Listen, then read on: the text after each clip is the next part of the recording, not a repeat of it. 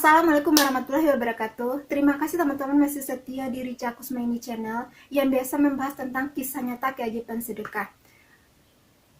Bagi teman-teman yang pernah mengalami kisah nyata tentang bersedekah ini, kalau mau share silahkan share di kolom komentar ya.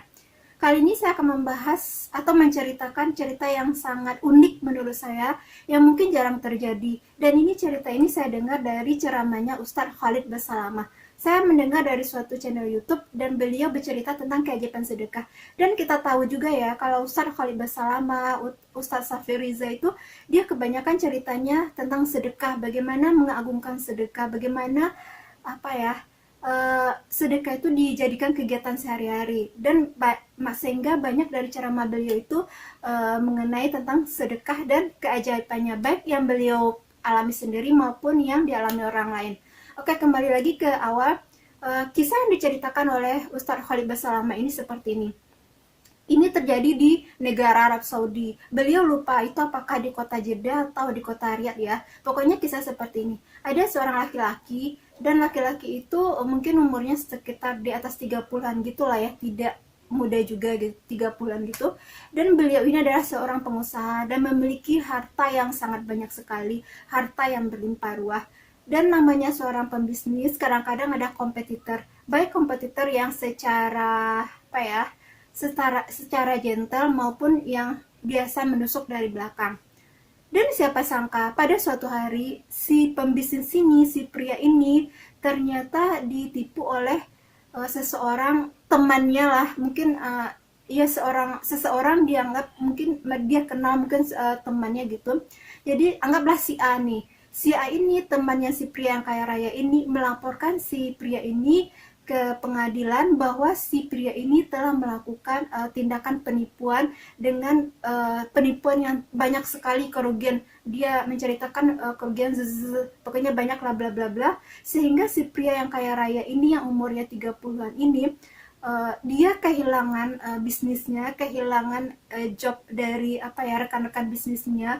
Dan karena kasusnya udah masuk ke pengadilan, akhirnya harta bendanya itu disita oleh pengadilan. Bayangkan saja teman-teman, si pria yang kaya raya ini dengan banyak aset kekayaannya, setelah dilaporkan oleh temannya sendiri, anggaplah si A yang melaporkan itu, asetnya ini dibekukan dan tidak bisa digunakan. Terus diadakanlah sidang secara berkala, secara beberapa kali ya, yang pada akhirnya entah bagaimana caranya si A ini yang melaporkan si pria yang kaya raya ini, dia mempunyai bukti yang banyak, yang otentik, yang pada akhirnya jaksa atau hakim hampir mempercayai bukti-bukti tersebut, yang mana kalau seandainya saja hakim bisa mempercayai bukti-bukti yang dikeluarkan oleh si pria ini dengan tuntutan jasa, maka si pria yang umur 30 tahun yang kaya raya ini, dia bisa dijatuhi hukuman seumur hidup dan disita asetnya. Jadi bayangkan teman-teman betapa beratnya cobaan yang dihadapi si pria ini. Pada akhirnya ini hari yang ditetapkan untuk pemutusan, untuk pemberian keputusan oleh hakim, misalnya dia besok nih sidang terakhirnya, dan sidang itu adalah pembacaan keputusan oleh hakim. 1 jam sebelum sidang itu dimulai, si pria ini menelepon seorang syekh. Syekh itu adalah guru mengajinya, anggaplah ustadz kiainya, guru mengajinya dia yang biasa dia bertukar pikiran tentang agama. Kemudian dia bilang ini, Syekh, bagaimana ini Syekh? Saya ditipu oleh seseorang, dan seseorang itu malah melaporkan saya ke pengadilan. Tapi sialnya adalah Syekh, saya dinyatakan hampir bersalah oleh pengadilan, dan hari ini adalah keputusannya. Seandainya ke pengadilan menyatakan saya bersalah, maka saya akan dihukum seumur hidup, dan semua aset-aset saya, harta kekayaan saya akan dibekukan dan mungkin diambil oleh negara ya. Pokoknya dibekukan, dia nggak bisa menggunakannya gitu loh. Kemudian Syekhnya bilang gini, kamu bisa keluar dari pengadilan, masuknya tuh kamu ditahan nggak gitu loh. Kalau tidak, ternyata dia di pengadilan sana tidak ditahan gitu loh. Jadi kamu bisa keluar dari pengadilan tersebut karena dia masih ada 1 jam jadi untuk penyampaian hasil keputusan dari hakim ya. Apakah kamu bisa keluar dari pengadilan itu? Kata si Syekh itu bisa katanya. Kalau kamu bisa keluar dari pengadilan itu, kamu cari restoran yang paling mahal, restoran yang paling enak masakannya di sana, dan kamu beli masakan yang paling enak di sana, dan kamu pergi ke rumah orang tua kamu. Oh ya, apakah orang tua kamu masih ada? Masih ada, Syekh, ibu saya masih ada, tapi ayah saya udah nggak ada. Oke, sekarang kamu beli makanan yang paling enak di restoran yang paling mahal tersebut, dan kamu pergi ke rumah orang tua kamu dan makan dengan ibu kamu. Kemudian si pria ini tentu saja dia was-was ya, 1 jam lagi dengan hakim mau membacakan keputusan, dan dia udah dapat gambaran bahwa dia bakal dinyatakan bersalah setelah dakwaan dari jaksa, mungkin dari pembelaan dia yang mungkin tidak diterima menurut dia ya. Terus dia galau gitu, tuh dia bilang gini, Syekh, ini 1 jam lagi nih keputusan saya, keputusan tentang diri saya akan dibacakan hakim nih. Bagaimana nih Syekh? Saya udah melihat nih bahwa saya akan dinyatakan bersalah dan bakalan dihukum penjara seumur hidup. Si Syekhnya menjawab gini, kamu bertanya kepada saya kan? Iya. Kalau kamu bertanya kepada saya, itu jawaban saya. Kalau kamu tidak melakukan, ya terserah. Terus si pria yang kaya raya yang umurnya 30-an ini ya, dia tidak ada jalan lain lagi, dia tidak ada pemikiran lain lagi yang bisa dilaksanakan. Dan apa yang dikatakan Syekh ini, orang yang guru mengajinya, yang dia ambil nasihat-nasihat agamanya, walaupun menurut dia mungkin agak sulit dilakukan, agak mustahil dia bisa terbebas dari hukuman pengadilan, tapi dia karena ini yang bicara adalah guru mengajinya yang dihormati, si Syekh ini, dan orang yang dihormati di daerah tersebut, karena ilmunya, tindakannya, budi pekertinya, maka dia lakukanlah apa yang dibilang Syekh ini. Dia mencari restoran yang paling mahal di kota itu, dan dia memesan makanan yang paling enak di restoran tersebut. Kemudian dia berkunjunglah ke rumah ibunya, ke rumah orang tuanya, dan dia mengajak ibunya untuk makan. Walaupun dalam hatinya gundah gulana ya, dia merasakan kecemasan yang teramat sangat. Kalau teman-teman pernah berada di posisi itu, tidak harus dengan kisah pengadilan atau kisah yang lain lah, atau utang segala macam dikejar-kejar gitu. Apakah pernah merasakan kacau balau yang seperti yang dia rasakan oleh pemuda ini? Mungkin bisa ditiru contohnya, penjelasannya sama dengan pemuda ini. Oke, kita balik lagi. Setelah pemuda itu sampai di rumah ibunya, dia mengajak ibunya makan enak, dan ibunya ini sangat bahagia sekali, sangat senang sekali, sangat senyum sekali, dan ibunya bisa makan dengan lahap. Tapi yang pemuda itu kan dia ada pikiran ya tentang masa depannya, tentang dirinya mau dijatuhin nih hukuman mungkin kurang dari 1 jam lagi nih, bagaimana masa depannya. Tapi walaupun begitu, karena ibunya tersenyum, dia ikut tersenyum dan makan bersama ibunya tuh. Dan tahukah teman-teman apa yang terjadi? Satu lagi ya, saya mau tekankan di sini. Kalau kita bertanya kepada alim ulama, kepada kiai, kepada ustadz yang selama ini kita udah menjadi panutannya, dan kita tahulah budi pekertinya. Kalau kita bertanya, terus dia memberikan jawaban yang mungkin di luar pikiran kita, jawaban tersebut, tetap lakukan. Karena beliau ini, kita tidak tahu berkah amal solehnya. Dia mungkin melaksanakan puasa sunat, menghafal Al-Quran, terus salat tahajud, berzikir segala macam. Jadi dia memberikan jawaban atas pertanyaan kita yang mungkin di luar logika kita, yang tidak masuk di pikiran kita, seperti yang disarankan oleh Syekh ini. Tetap lakukan. Kalau menurut saya adalah tetap lakukan, karena hal itu mungkin tidak terpikirkan oleh kita. Kenapa? Karena keimanan kita belum sama-sama beliau. Seperti inilah yang dilakukan oleh si pemuda itu.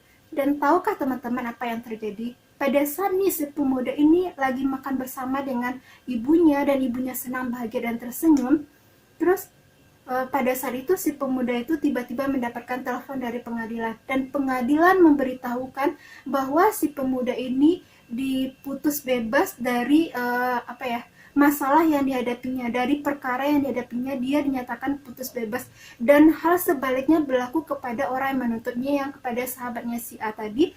Dan si A tadi dinyatakan bersalah karena dia telah memberikan bukti-bukti palsu, data-data palsu, dan akhirnya hukuman tersebut yang seumur hidup itu malah dijatuhkan kepada si A. Dan tahu kan teman-teman, tidak tahu asal usulnya dari mana, tidak tahu caranya menurut si laki-laki dari mana, dan Allah membongkarkan.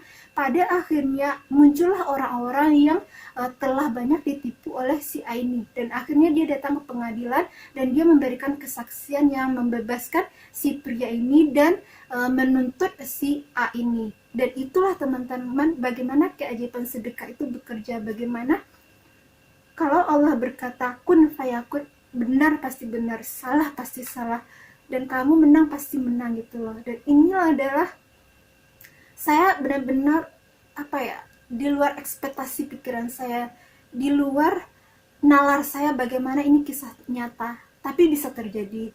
Terus setelah si pria itu dinyatakan bebas oleh pengadilan dan malah dituntut balik temannya si A itu, dan aset-aset si pria ini dikembalikan seperti semula, sedia kala semula, terus dibersihkan nama baiknya, dan dia kembalilah menelpon si Sheni.